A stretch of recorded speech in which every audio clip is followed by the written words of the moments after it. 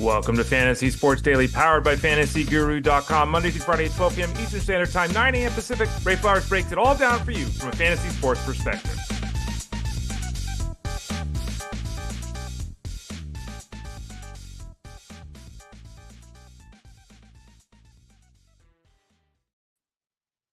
Hey there, everyone. Ray Flowers, FantasyGuru.com. Hope you're doing well here. Hopefully for you, wherever you might be in this great, wonderful world, this is Championship Monday for you because you've had success over the weekend. You're winning in fantasy football. You're going to win that championship tonight, pending strong performance from Kyle Pitts or Matthew Stafford or Puka Nacua or Kyle Williams, or perhaps you just sewed it up. So congratulations to all of you that have done that. For those of you that didn't get there or you got there and didn't finish it, it's tough, man. This season has been really up and down. We'll discuss everything here. It's a Monday, so we'll go game by game, show by show, all that kind of stuff. But this season has been a real significant challenge for everybody, right? Like I don't think it's very surprising to hear that this season has been a very challenging one. Injuries all over the place, startling performances, strange performances, odd play calling, on and on and on. We'll get into that here in a few moments. I am Ray Flowers of FantasyGuru.com. Thanks for joining me today. Thanks for joining me every day. We're here with you Monday through Friday at 12 o'clock Eastern Standard Time. So this show, Monday through Friday, 12 o'clock Eastern Standard Time. We go about an hour. Monday is the only day where I go solo, which obviously is today. So I'll go solo today. The rest of the week, we have guests on. I'm not here on Wednesdays because Justin Fensterman is here on Wednesdays. I'm over with Jeff Mans on the Elite Sports Show most Wednesdays. This week, however, there's no Wednesday show on SiriusXM Fantasy Sports Radio. So I'll be on with Jeff tomorrow. I'll still be here with you today. Today and tomorrow. I'll still be here, don't worry. But I'll also be with you on Tuesday over on SiriusXM Fantasy Sports Radio, the Elite Sports Show with Jeff is 2 to 5 Eastern. Normally, Monday through Friday, that'll get back to things as normal starting next week. What are we doing here for the day? Let's throw it up on the screen. It's a Monday, so we know what we do. We go over the weekend's games. Normally, it's the Sunday games, but hell, let's talk the Saturday games here too. We'll go over every non-Christmas Day game, basically. And we'll go over game by game, team by team, what you need to know, what went down, who got hurt, who performed, who underperformed, all that kind of stuff. We'll go game by game there. We'll also talk about a big question. When should the fantasy playoffs end? We'll talk about that here in a second. We'll also point out to you that, again, you can go to fantasyguru.com, click that subscribe tab in the top right corner, get signed up for the product over at FG. Ray, my season's over. Come on, what are you talking about? Some people are still playing week 18 for their seasonal for fantasy football. A lot of you, most of you, all of you want to still play DFS or bet on some of these games throughout the playoffs. The only thing, remember, in this all-in package we've got for football right now, the only thing that it doesn't include is the Super Bowl betting guide. So everything else, college football, all the bowl games, college football, and the NFL, all of our seasonal coverage, all of our DFS coverage, all of our betting coverage, one low price, $29.99 the rest of the way. Send an email to support@fantasyguru.com. Say, hey, Ray said it's $29.99. Give it to me. Do it. Send a note again to support@fantasyguru.com. Whether you're in a one-and-done playoff scenario in the playoffs, you need help with that. Whether you're still playing in championship week, for you is week 18. You have a 2-week final. Whether you want to get involved in DFS or betting, $29.99 the rest of the way. Send an email to support@fantasyguru.com or just click on that subscribe tab in the top right corner. Rubby17 says 2 championships in the books. It's baseball time and the breakout pitcher of the year article. Not yet, Rubby. I appreciate your support. We'll have more news. I always wait to really push things. I always try to get things up in December, but I know how things are for the world. So our baseball product is not going to be up in December. It'll be up in January. We'll have full coverage on that here on this show. Obviously, we'll be talking about it. I'll be releasing the dates and the times and all that kind of stuff. For those people that aren't aware, because you're not a baseball person or you're new to the show here, welcome if you are. I do a breakout pitcher of the year article every year, and I'll pat myself on the back. I'm extremely good at it. So, if nothing else, that's one thing to look forward to with fantasy baseball. We're going to be doing a lot of things differently this year, based upon the feedback from everyone, based upon our membership, based upon the way people are consuming the product. And we'll get into, again, all this in the near future. And I'll explain everything so it's very clear for everybody. But that'll be released soon. I did also get a box of Chrome baseball cards for Christmas. Starting next week, I'm going to open a pack a day. At least that's my plan right now. So if I forget on Monday, remind me, someone. But my plan is to open a pack a day starting next week. some baseball cards here at the end of the show. All right, so let's get to it here. Should we end the season after week 16? I saw this and wanted to talk about it for a second here. I've said this jokingly, but not jokingly. You're soft if you're not playing in week 18. I think all finals should be week 17 and 18. Let's remove the random injury. Let's remove the guy. Let's remove the Josh Jacobs flunk out performance, right? Let's just remove those kind of things and let someone who earned a championship, bid to play 2 weeks. So my opinion is week 17 and 18 should be the finals. No one does that. Okay, that's fine, but that's what you should be doing. The problem I have is I've seen it go the other way, and I saw this all over the place on social yesterday. Week 17 so hard. This sucks. Everyone's hurt. Players are getting rested. Not true. It's just a mess. It's too hard. Yeah, it's hard. Winning in a fantasy sport is hard. If you want it to be easy, go play on one of the big board, scenarios with your sons, and his four friends from middle school and kick their ass. That's what you want to do. Or do you want to win something that means something? This idea that it's too hard to win, no. If that's what you think, if playing week 17 is too frenetic, it's too all over the place, it's too uncertain, you got to get a stronger mindset. Every week of the NFL season, every week, players are in and out of the lineup. Every week of the NFL season, players get hurt. Every week. Happens all season long. People talk about the quarterback position in general. I've got a solution for the quarterback problem, and we've talked about it here on the show for years now. Team quarterback. So at least you have that quarterback for those of you that are still doing super flex or 2 quarterback leagues, which you shouldn't be doing anymore. Because now the second consecutive year where we've seen quarterback after quarterback after quarterback go down. I don't know why anyone's playing super flex or 2 quarterback leagues. It's just ridiculous. At least play super flex and not 2 QB. But every week is hard. Every week deals with injuries. Every week deals with uncertainty. Every week deals with performances that weren't expected, both good and bad. So hopefully no one listening here to the show is in that group of people that want to quit things after week 16, which again, I saw as a rising trend. And this is also something I've said this a lot too, and then we'll get to the games. Fantasy football, the fervor, the excitement, the interest, the love of fantasy football is one of the greatest, most impressive things I've ever seen. Year-round, the NFL has convinced you that year-round, a sport that plays 17 games, for most teams, the majority of teams play 17 games. Somehow you cover this, or want this sport covered, and you follow it yourself 365 days a year. Yet, when it comes to playing the game of fantasy football, you want to shorten that experience? Why? Why in March are people complaining you're talking about baseball when you could be talking about football? And then when the season's on, you don't want to play the full season. It's befuddling to me. I just simply don't get it. All right, let's go through some of the games. This is what we do every Monday. We'll do it one more time next Monday. So obviously next Monday, I won't be opening up a pack of cards, will I? I'll start this, I guess, on Tuesday. I think there's 7 packs in the box. So remind me to do it next Tuesday. I'll make a note for myself. Tuesday, baseball, cards. I don't know if anyone cares. We'll probably start to sprinkle in some baseball talk too. We've got the, by the way, the free agent article. It's free. It's up over at fantasyguru.com if anyone wants to track that stuff.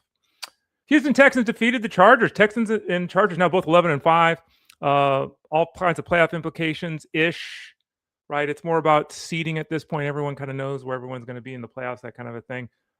There are 2, obviously, situations with the Ravens and the Steelers and the Panthers and the Bucks. Those games to be determined. The division winners, the other team's not making the playoffs. So we'll obviously talk more about that throughout the week. But the Texans Chargers both 11-5 here.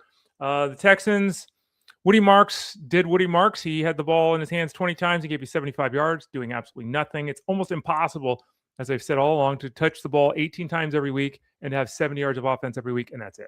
Almost impossible, yet he does it every single week. Nick Chubb had 1 touch. So Jordan's the guy right now. If you're still looking to do something here random, if you're still playing in week 18, if you're thinking about DFS and being super crazy, it's Jordan, not Chubb, that's the backup guy. Stroud threw for a couple of picks, threw for 244 yards, 2 touchdowns. The hard thing here is that there was a massive letdown here in the pass receiving core of the Texans. Nico Collins 3 for 57 yards. Come on, man. Touchdown goes to Higgins out of nowhere at 88 yards in the score, which was great. Caught 2 balls. Okay. Jalen Noel hasn't been part of this offense for a month. Only had 3 catches, but he got into the end zone. Schultz, who's been Mr. 5 for 50 every single week, had 3 catches for 19 yards. So the 2 guys that you can count on in this offense, the only 2 guys in this entire offense you could really count on, Collins and Schultz, both disappointed. They still won the game, all that kind of stuff, but that's a rough beat if you had those guys going in fantasy. On the other side of things, Kamani Vidal was down. So Amari Hampton was the bee's knees. He was everything in the backfield as we anticipated.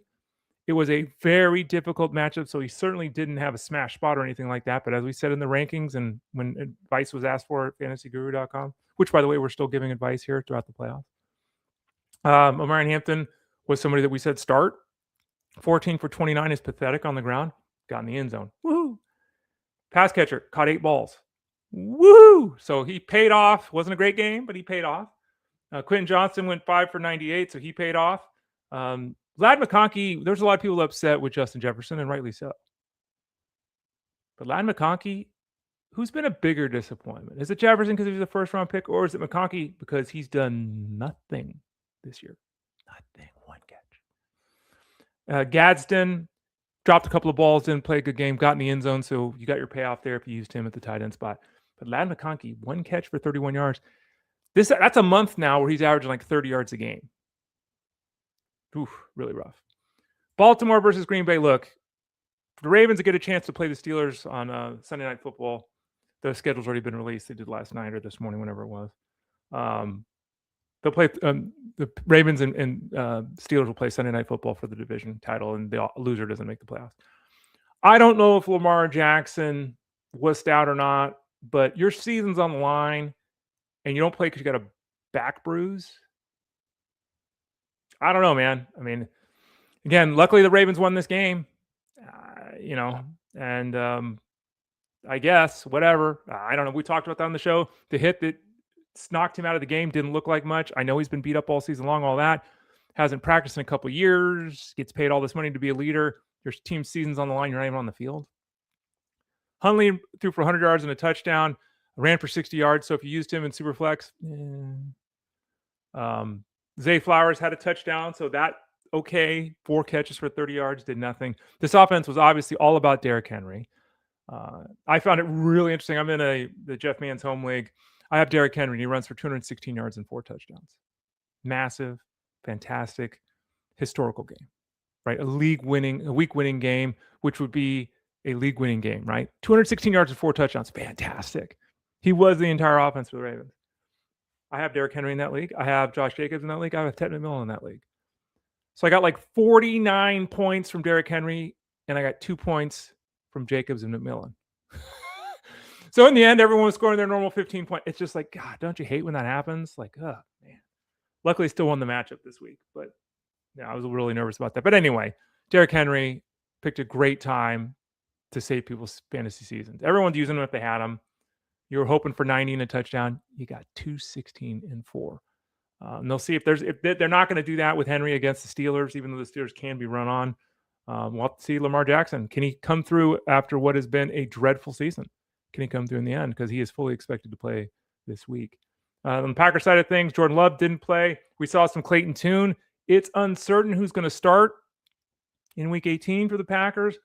Love should be able to return from his head injury. We'll see. Willis got injured in the game. And, Willis ran for 2 touchdowns. He threw for 288 yards and a touchdown. And Jeff Mann said it on his TikTok video last night, and I will reiterate it here. Is Jordan Love the best quarterback for this team? He might be the best quarterback for the Packers. The most interesting, most intriguing, most dynamic quarterback is Malik Willis. And full 100% props to the Packers coaching staff. A bazillion percent props. Because Malik Willis with the Tennessee Titans was atrocious. He was awful. He was terrible. He was worse than Trey Lance. He was just awful. Now, Trey Lance goes to a new team, saying things stay the same. Malik Willis goes to a new organization, and he looks good. Obviously, Jordan Love's the quarterback of this team. They paid him $200 million. But they're a better, more dynamic offense with Malik Willis under center. Just the truth. I mentioned earlier, Jacobs, 4 carries for 3 yards, caught a pass for 2 yards or something? What was it? I don't even know at this point. He got a pass for no yards, excuse me. So that's 5 touches, 3 yards. He actually was third behind Brooks and Wilson. Brooks actually played more snaps than Wilson. Behind those two guys, we'll see how this shakes out in week 19 or week 18. Excuse me, week 19 is the playoffs. We'll see how it shakes out with the Packers right now, but we don't know about Jacobs. We don't know about the quarterback. And another week where it's been proven there's one guy you can start as a pass catcher for this team. It's Christian Watson. He had 5 for 113 yards and a touchdown. No one else did anything. Everyone else was in single digits in terms of passing yards, fantasy points, as a pass catcher. Seattle defeated Carolina. Carolina, again, plays Tampa Bay for the championship of the division. Seattle moves to 13-3. Got a chance to beat the Niners to have the number 1 seed in the NFC. Darnold went for 147, 1-1. He fumbled the ball twice, losing one. He was in full meltdown mode in this game. Did enough to lead the team to a victory against a team that they're just not as good. Like the Seattle Seahawks are just better than the Carolina Panthers. They won 27-10. Again, Darnold didn't look good. We'll see about week 18. We'll see how it turns out, but he's struggling here down the stretch. He's really struggling down the stretch. Jackson Smith-Njigba again had another one of these games where he did nothing for a half, but in the end was still pretty good. 9 for 72 yards. Barner, if you took the shot on him, 3 catches, 43 yards, but a touchdown, so that was nice. Charbonnet ran for 110 yards and 2 touchdowns, having his best game of the year. Who knew that was coming? No one. While Walker still touched the ball 17 times, but it's so interesting. Charbonnet, they would run plays with Charbonnet, and Charbonnet would be 8 yards in the backfield, or 8 yards, 8 yards past the line of scrimmage before he was touched. Just get huge holes. He's just running wide open through holes. Every time Walker got the ball, he was dancing in the backfield because the guys were in the backfield when he got the ball. It was just, if you watch the game, it was crazy. On the Panther side of things, a lot was made. Bryce Young leads the NFL in fourth quarter comebacks or some nonsense that I heard on the broadcast. Bryce Young has never been worse than he was yesterday. He threw for 54 freaking yards. They could win their division yesterday. Bucks lose the game. Panthers could win their division. They're in the playoffs if they beat Seattle yesterday. He throws for 54 yards, his lowest mark of his entire career. I mentioned earlier, McMillan caught one ball for 5 yards. They had one player catch a pass for 10 yards. Well, let me say that. They didn't have a single player catch a pass for 10 yards. Coker led the team 2 for 16. The longest pass catch of the day was 8 yards. Just pathetic.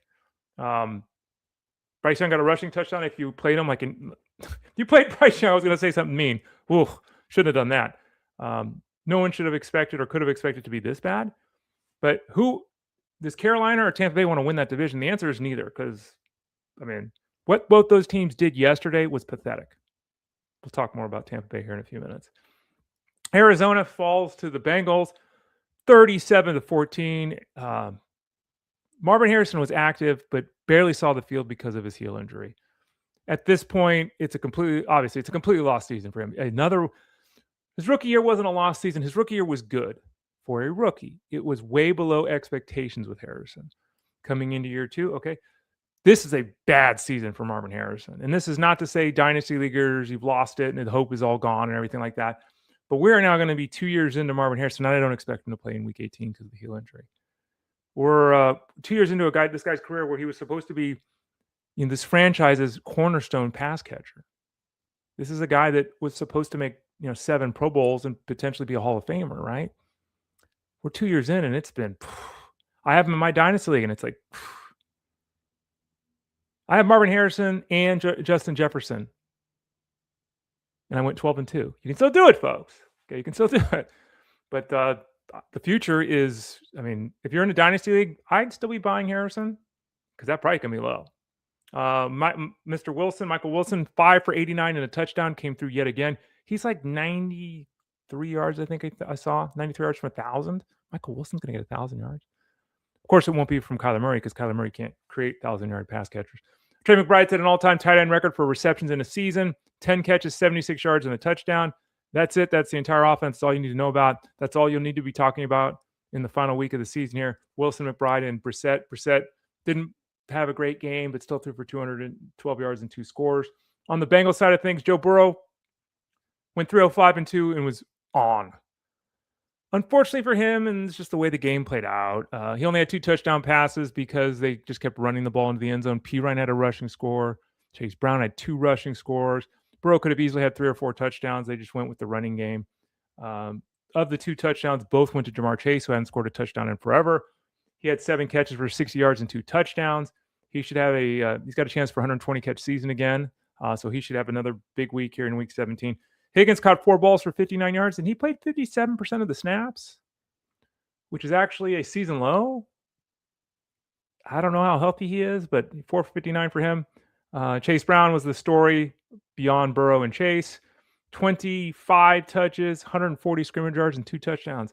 Second year in a row, that guy's come on like a banshee in the second half after having a very moderate first half. Nick says, morning, everyone. Unfortunately, my league plays. Okay, you did join late, Nick, because unfortunately is not the word I would use. Your league should be playing in week 18, 100%. Absolutely 100%. You'll get rankings at week 18. You get rankings come in the playoffs. We don't. Jeff Mann says it all the time. We don't stop at fantasyguru.com. We're not like so many other places and people in this fantasy industry that just give up after week 17. I saw people giving up in week 17. Analysts not doing their same amount of analysis, their same amount of work. That kind of no. You'll get rankings this week, Nick. You'll get rankings in the playoffs, Nick. You'll get rankings all the way to the Super Bowl. That's how we do it at fantasyguru.com. And that's why we're still selling the package. Click the subscribe tab in the top right corner. That's why we're still selling this package. And people might be saying, what do you again, we got rankings all throughout the playoffs. We got Discord rooms all throughout the playoffs. The only thing you don't get with this package, because you get all the college and NFL coverage we have, the only thing you don't get is the Super Bowl betting guide. That's it. So that means you get rankings, articles, live streams, Discord rooms, all that stuff for betting, DFS, and seasonal. Yes, Nick, absolutely. You will 100% get rankings in week 18. Angelo, by the way, says, I'm going for ring in 2 out of 3 leagues. Angelo, good work. I'm behind in both and have Pitts in one league, and my opponent has Puka in the other league. He has Pitts, and I have Puka. Oh, wow. That's a tough one, Angelo. Who do you cheer for? Who don't you cheer for? That's the tough. We want Pitts to catch 4 passes for 49 yards, but we don't want him to catch 5 passes for 52 yards, right? I wish you the best there in those two. Hope you can pull them both out. Angelo, good luck with that. That's pretty good accomplishment too, by the way. A lot of people, and just to say it for those people that might have lost in their finals or are going to lose tonight, remember, 2 teams out of your league made the finals. It's quite an achievement to make it. We all want to win, and of course, but yeah, making the finals is a pretty damn good thing. Okay. Next up, Jacksonville defeats Indianapolis. We don't know who the quarterback of the Colts is going to be as the Colts fall to 8-8. Obviously, they're out of the playoffs. Jaguars improved to 12-4. Could be Richardson, I don't think. Could be Leonard. May not be Rivers. We'll see throughout the week here. Trevor Lawrence didn't do much through the air, 263 yards. No touchdowns and interception, but he did score twice with his legs. They made a big deal on the broadcast talking about the fact that, he's at the top of the leaderboard in rushing touchdowns. He's right at the top of the leaderboard for quarterbacks. Right at the top of the leaderboard for quarterbacks in runs in the red zone. Like, he's running a lot. And Jeff Mann's mentioned this as well on his TikTok video last night. That we're going to get a lot of storylines about this offense with Liam Cohen and how Lawrence numbers in the second half were great, which they have been. We're going to get a lot of storylines about if you take his second half numbers, and he's going to be quarterback 6 for people next year, right? Be careful. A lot of his production is as a runner. You can't be expecting a guy like Trevor Lawrence to have 8, 9, 10 rushing touchdowns. He's not Josh Allen or Jalen Hurts, right? So, again, long time to talk about that, but that's just where we're at right now. Parker Washington, 8 for 115, had another big game. Brenton Strange, very disappointing, 3 for 54 yards. Look good, look spry. Just they only threw the ball at him 5 times. Disappointing game there. Jacoby Meyer didn't do anything, but he was all over the place. He was making blocks, caught 6 balls, only 39 yards. Brian Thomas, 4 for 39. That's just Brian Thomas in this offense. I mean, this, just like Marvin Harrison, for different reasons, Brian Thomas has struggled. Brian Thomas has struggled because of health and because he just doesn't have a connection with his quarterback and the new head coach. So Brian Thomas, who did have that magical rookie season last year, he's a bigger disappointment than Harrison. They're both disappointments this year, but he's even a bigger disappointment. On the ground, ETN 17 for 76. I caught a couple of passes. Not really much anything going on there on the offensive side for the Jaguars. On the Colts side of things, Tyrod Taylor got in the end zone, so he was, again, a usable piece. Caught 3 passes. That's nice. 24 touches, 84 yards. Defense can key on him, obviously, with Rivers under center, and they did that. So playable, yes. Passable, yes. Not a winning performance, though, from Taylor. Alec Pierce, 5 targets, no catches. Brutal. I mean, just brutal. There were a couple of plays where, didn't pull him in. Brutal. Pittman, at one point in time, left the game with injury. He caught 2 balls for 16 yards. Brutal. Downs almost made a great catch along the left sideline, but his toe was out of bounds. 2 catches, 34 yards. Blah. Warren, 5 for 43, was fine. He's the only pass catcher on the team that was fine. Mo Cox, by the way, had the touchdown. Thanks, Mo. But Warren got 9 points. Fine. Not what you hoped for or wanted, but fine. The rest of the pass catchers just didn't get it done. And we'll see what the Colts do here in the final week of the season when they make a switch, probably at the quarterback position.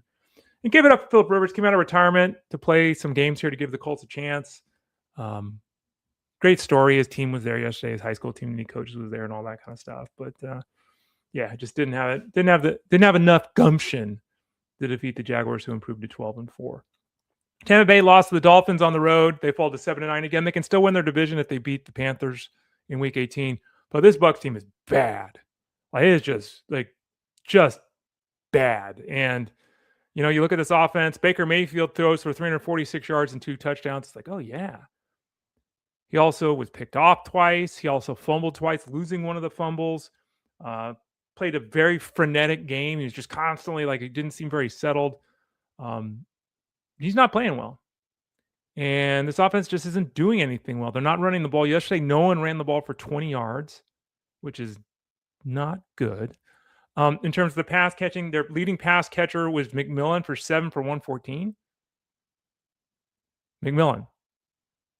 Godwin had 7 for 108 and a touchdown, so he was fine. Evans got in the end zone, even though he caught 3 balls for 30 yards, but at least he got in the end zone. But their leading target guy was McMillan. Their leading catch guy was McMillan. Their leading yardage guy was McMillan.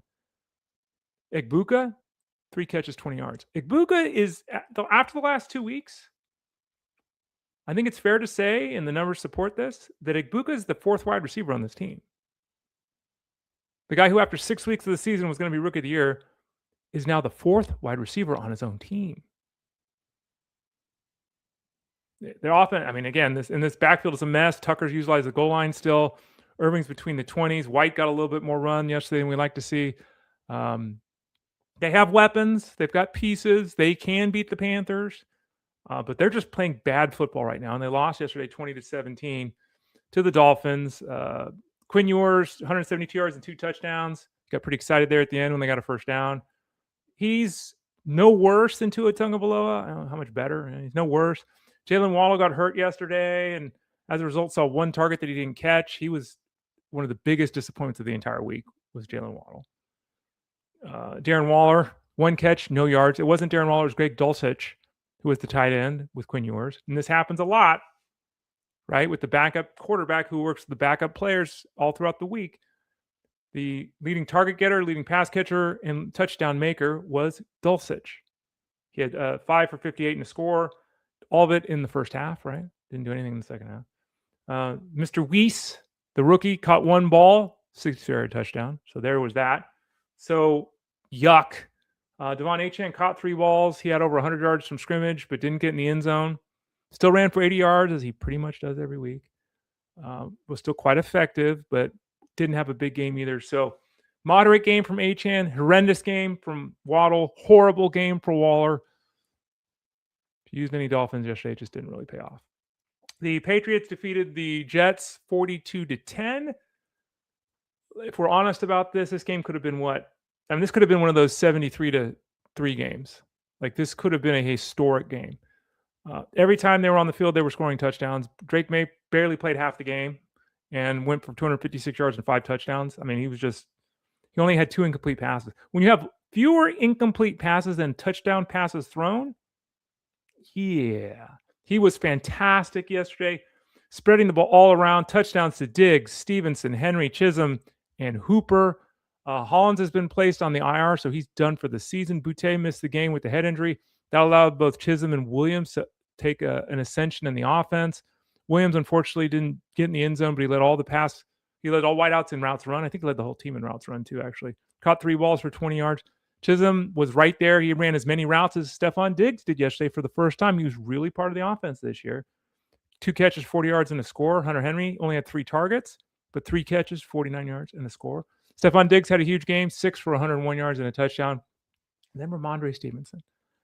I don't know why, and I don't think anyone really knows why the Patriots pushed to get Travion Henderson active this week.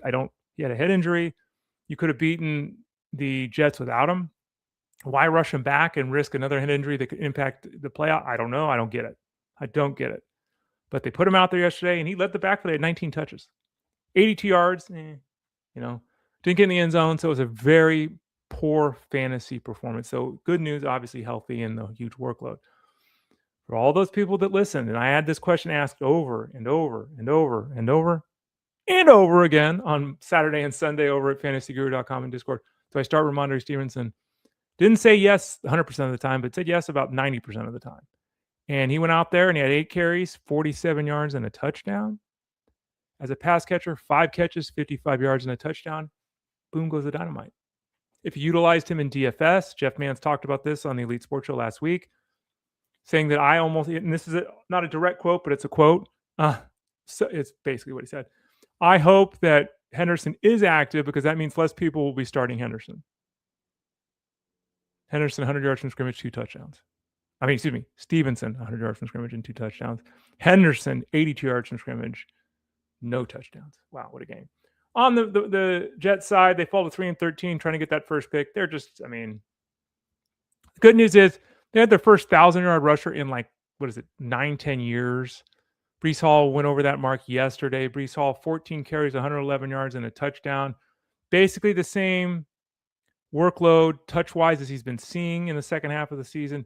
Basically the exact same level of performance that he's been seeing in the second half of the season. The only difference being the 59-yard touchdown run.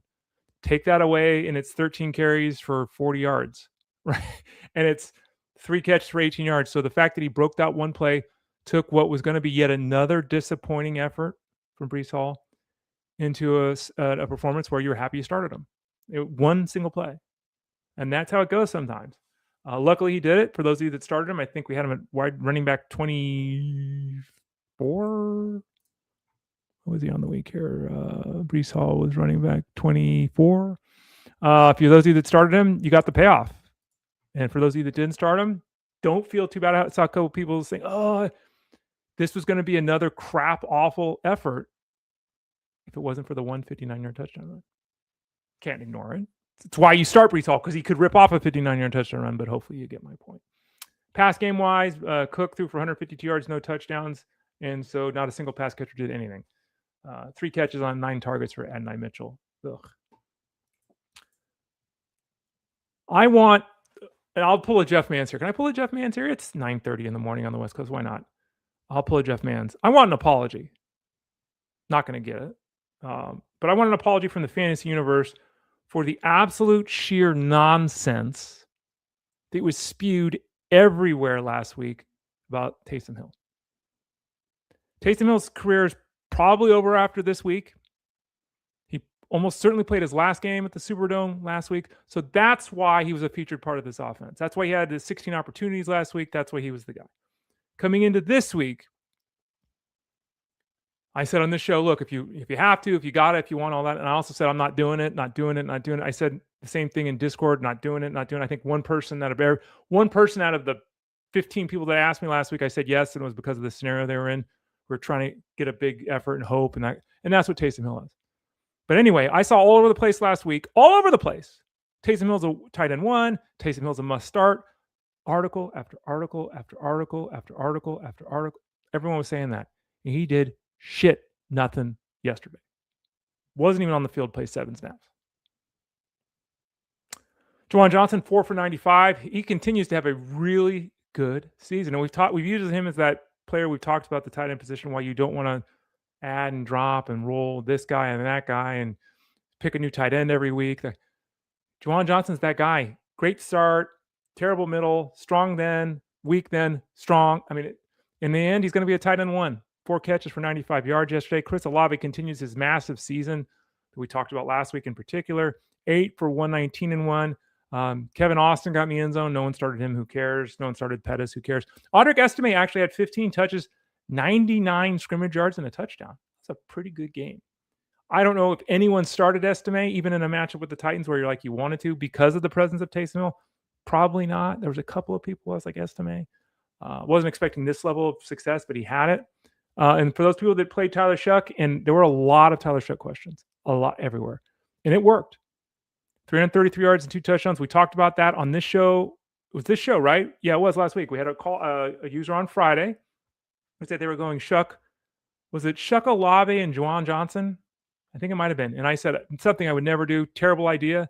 And I said, I hope it works.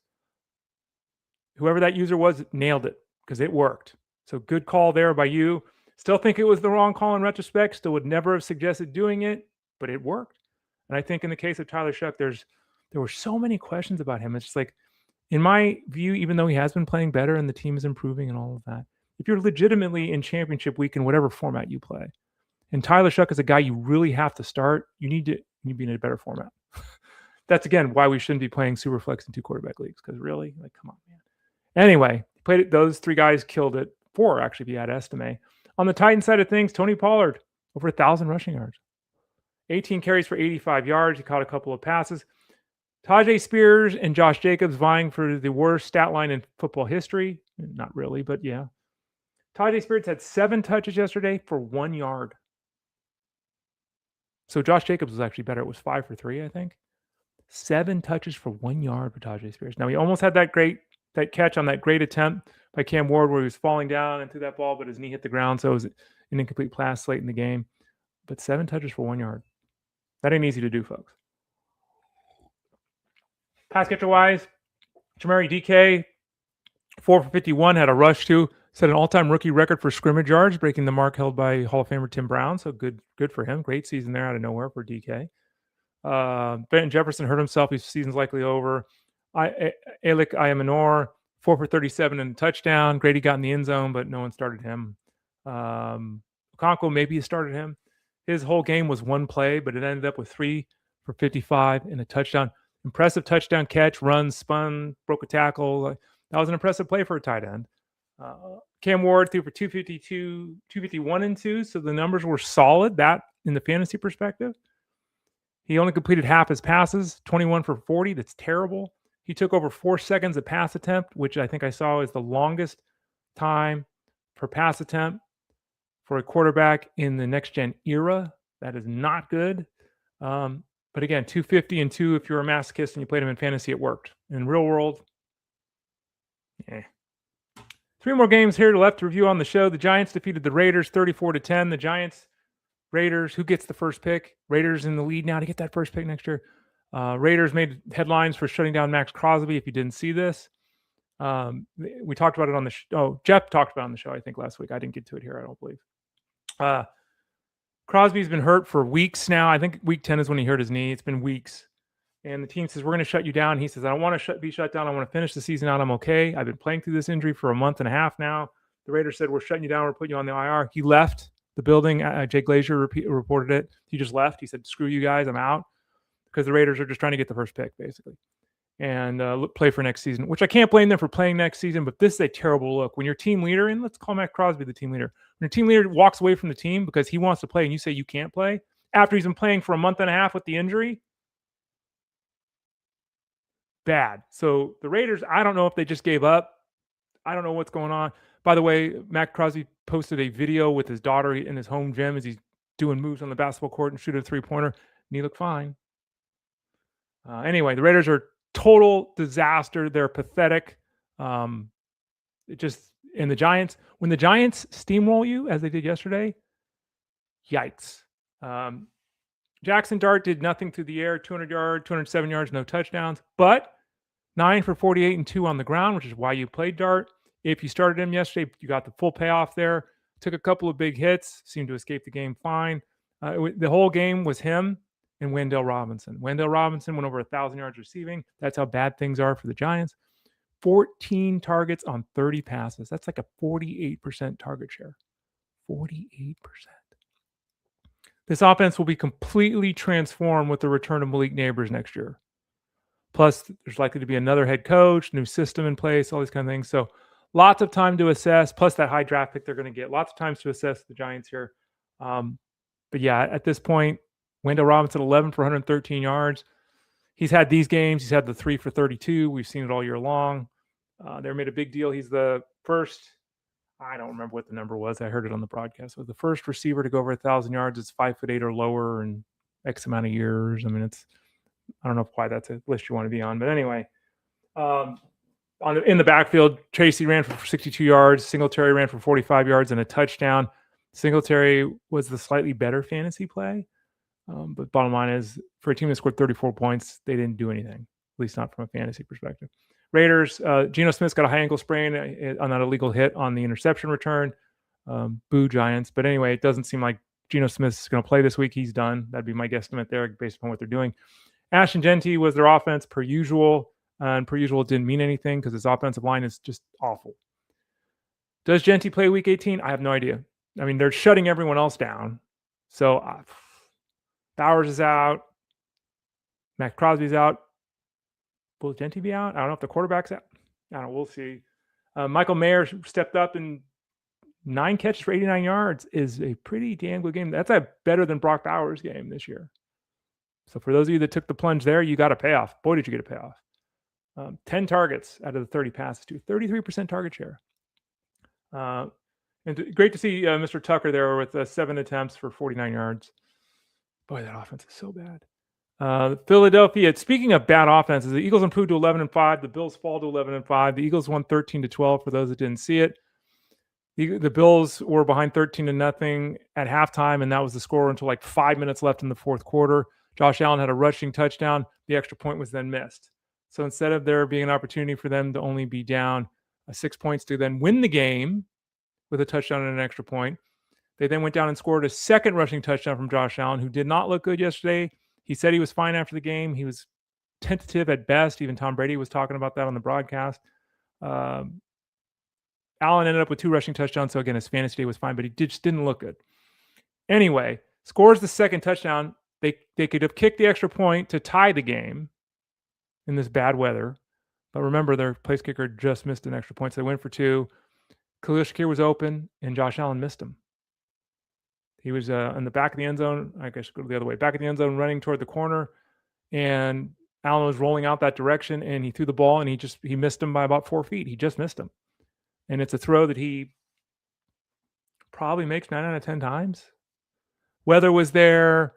Last play of the game, rolling to the left, which is for most right-handed quarterbacks, rolling to your left is harder than rolling to your right. I was the odd guy. I was always better rolling to my left, probably because I didn't throw high, I kind of threw low. But anyway, regardless, it's a harder throw going left for most quarterbacks that are right-handed than going right. But still, the pass he should have completed, they still could have won that game. They didn't. Eagles escaped with a victory. The Eagles had 20 yards of offense in the second half. And the Eagles can win games whether you're scoring 100 points or 3 points. They can win games whether they need to push things or pull back on things, or they need to lean on the defense or the offense. Like, they just win football games. So mad credit for that. But this offense is just a mess. Both offenses really are a mess, but this offense is a mess. They had 19 yards in the second half. They didn't complete a pass in the second half. I don't care. Like, what is this? Some weeks they run for 150 yards. Some weeks they throw for 250 yards. Some weeks it's 3 rushing touchdowns. Some weeks it's 3 passing touchdowns. Makes them hard to defend. It's great they have all these weapons. But geez Louise, too many of these games for the Eagles. They spit on the microphone. Too many of these games for the Eagles are just nail biters for no freaking reason. Saquon Barkley, another game, not used as a pass catcher. 19 carries for 68 yards, did nothing. Jalen Hurts did nothing. He threw for 110 yards and a touchdown. Look, if you look at it from a fantasy perspective, A.J. Brown, who went over 1,000 yards, by the way. A.J. Brown, who everyone thought sucked and wanted to drop and trade and everything, went over 1,000 yards yesterday. 5 for 68, fine. Not good, but fine. Devonta Smith, 2 for 25. He got hurt as well on that play that they overturned on replay. Disappointing. Dallas Goedert scored a touchdown, fine, but 3 catches for 8 yards. So even though he got a touchdown, he pulled a Harold Fannin, right? It was just like, it was fine. Oh, we skipped that game, the Cleveland game. How did I go right past that? We'll come back to that one. I guess we'll come back to that one last. So Goddard was fine, but just on the Buffalo side of things, we didn't talk about the Pittsburgh-Cleveland game, did we? I don't think we did. Did we? Someone say something in chat. I don't think we did. On the Buffalo side of things, we talked about Josh Allen. Jared Cook had about as bad a game as Jared Cook had. 20 carries for 74 yards. It was terrible. 1 catch, didn't do anything. No one had a pass receiving score. Brandon Cooks was leading receiver, 4 for 101 yards. Okay. The number 2 receiver was Terrell Shavers, 2 for 36 yards. I guess the storyline was Kincaid was out with injury. That was not expected, but that's the way it played out. He was inactive, so we knew before the game. Dawson Knox caught 5 balls for 30 yards and lost a touchdown by about a foot. So he was fine if you pivoted to him. He would have been a good play if he'd got that extra foot. But the Bills just, nothing. Chicago against San Francisco. I don't know. Angel's waving at me. I don't think I talked about Pittsburgh, Cleveland. Let's talk about Pittsburgh, Cleveland next. Let's get that out of the way. Cleveland defeated the Steelers 13-6. The Steelers will play again on Sunday Night Football against the Ravens for the division championship. Aaron Rodgers threw 39 passes and he had 168 yards. Washington broke his arm. Arm? Why does that sound wrong? He got hurt. His season's over. It's his arm, right? His regular season's over. I think it's his arm. Freiermuth led the team 3 catches for 63 yards. He had 2 of those grabs on the final drive. He didn't do anything all game. Somehow in this offense, Marquez Valdez-Scantling, thank you, DK Metcalf, had 9 targets. Miller had 7 targets. At the end of the game, they're throwing everything to Marquez Valdez-Scantling, including passes in the end zone, because DK Metcalf punched a fan. If DK Metcalf was on that field, do they win that game? Do they win their division? Anyway, nothing to see here at all from pass catching perspective. Unfortunately, the running game didn't do anything. That was the big hope, and that was what the team needed to do to win, and obviously it didn't happen.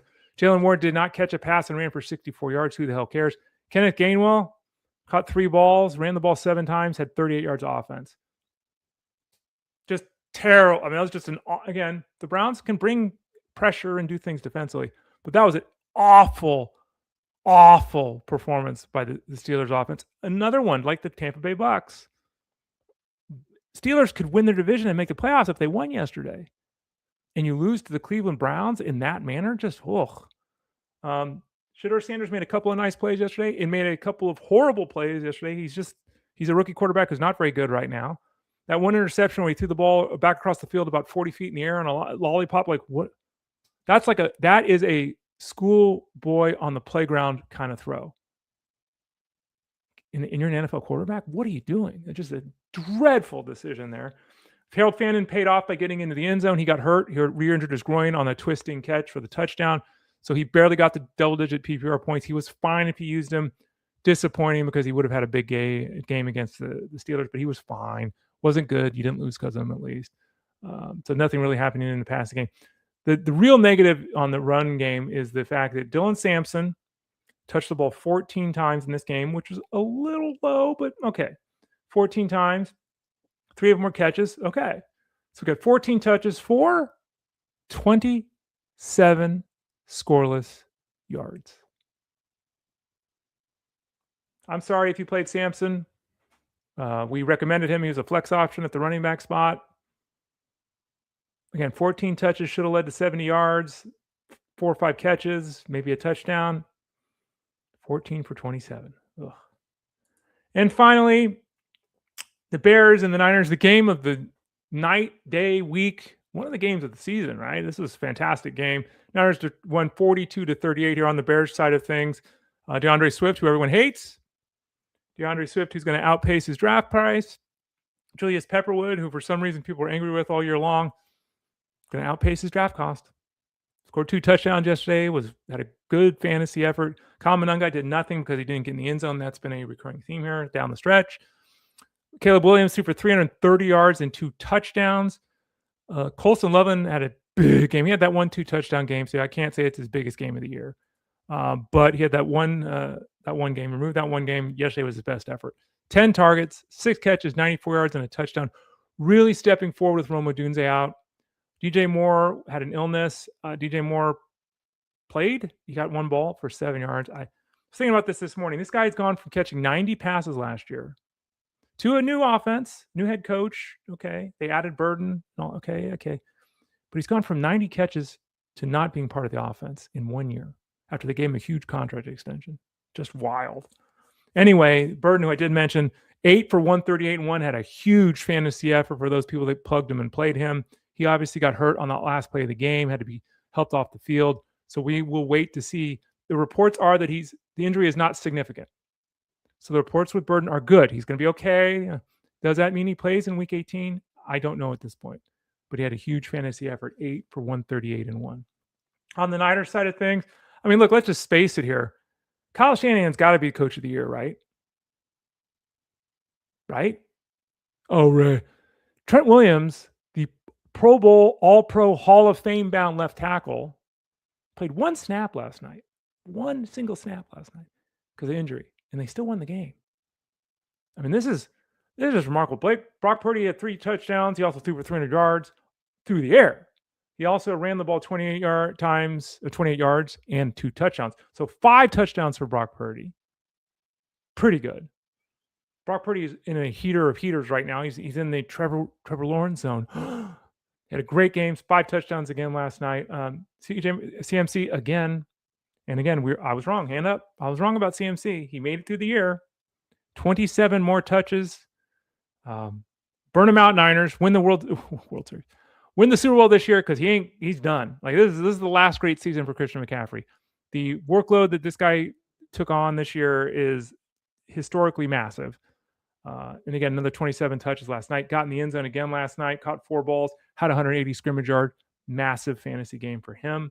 Ricky Pearsall returned. I couldn't tell anyone to start Pearsall. I don't think you should have. If you did, more power to you. But with the way that guy's season has gone, how you trusted him, another one of these guys is just like, oh, I just can't. 5 for 85, so he had a good game. Juwan Jennings didn't do anything, but he had a touchdown reception, 2 for 42 and a touchdown. Kyle Juszczyk didn't do anything, but he got a touchdown. And then there's Jake Tonjes. And it's like, this guy stepped in for Kittle. I think I had him ranked as tight end 14 or 15. I said you can start him, but it's not. Don't start him and think this guy's going Kittle because it's not. 7 catches for 60 yards and a touchdown. I mean, he stepped up. He averaged 11 PPR points coming into last night as the starter with Kittle out this year. 11, and obviously last night, what is that? 13. That's 19 PPR points. So the number's what, 12 and a half, 13 now. That's top 5 tight end. He's a top 5 tight end this year when he was starting with Kittle out. Pretty damn impressive. And another reason why, again, Kyle Shanahan's going to win Coach of the Year. This Niners team was destroyed in the offseason by player movement. They lost half their defense. Everyone on their offense has been hurt this year. They're without their number 1 and number 2 defensive players. Bosa and Warner are out as well. And they're 12-4. And they got that game against the Seahawks this weekend.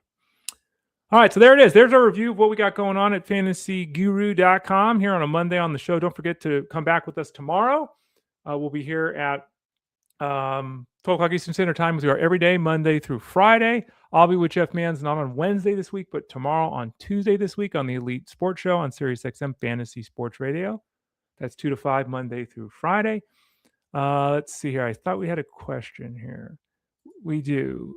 Jelly of the month 231 up 6 versus Parkinson PPR and a point per first down. Go London or Quorum. I've said this all along, and I'm sticking with it. I think London's the play. Quorum, and again, Quorum has done an excellent job because he's gotten in the end zone a lot. He never touches the ball more than 10, 11, 12 times, so there's no volume here with him. If he's rushing the ball 12 for 75 and a score, you love it. If it's 12 for 48 and no scores, it's a nothing burger. Yes, London was disappointing last week. He didn't look good. His timing was off. But to me, the only chance that the Falcons have to beat this Rams team, which is a difficult matchup for the Falcons, is to throw the ball 10 times to London, to have him catch 7 or 8 balls for 8 catches and 100 yards and 2 scores. I would play London. That's the way I would do it.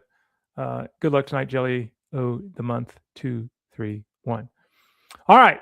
Thanks for joining us today. We'll be back here tomorrow at 12 o'clock Eastern Standard Time. Remember, click that subscribe tab at the top right corner. Get signed up for any of our products over at fantasyguru.com. That includes the MVP plan. The MVP plan is everything but football and baseball. So everything else, you can sign up for that right now.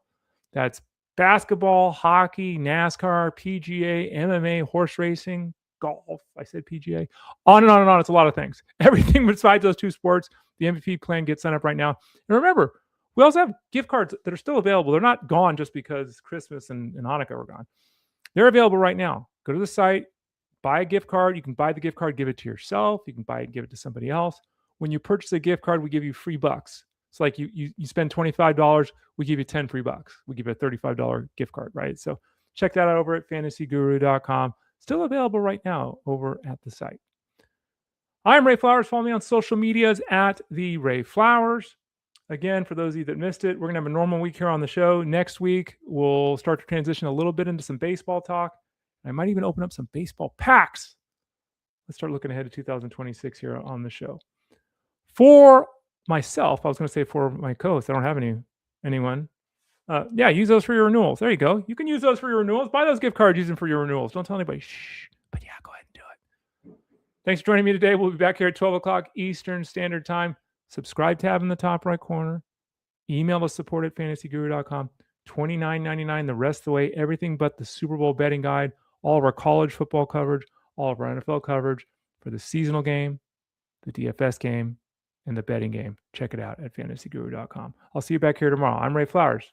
It's been Fantasy Sports Daily, powered by fantasyguru.com.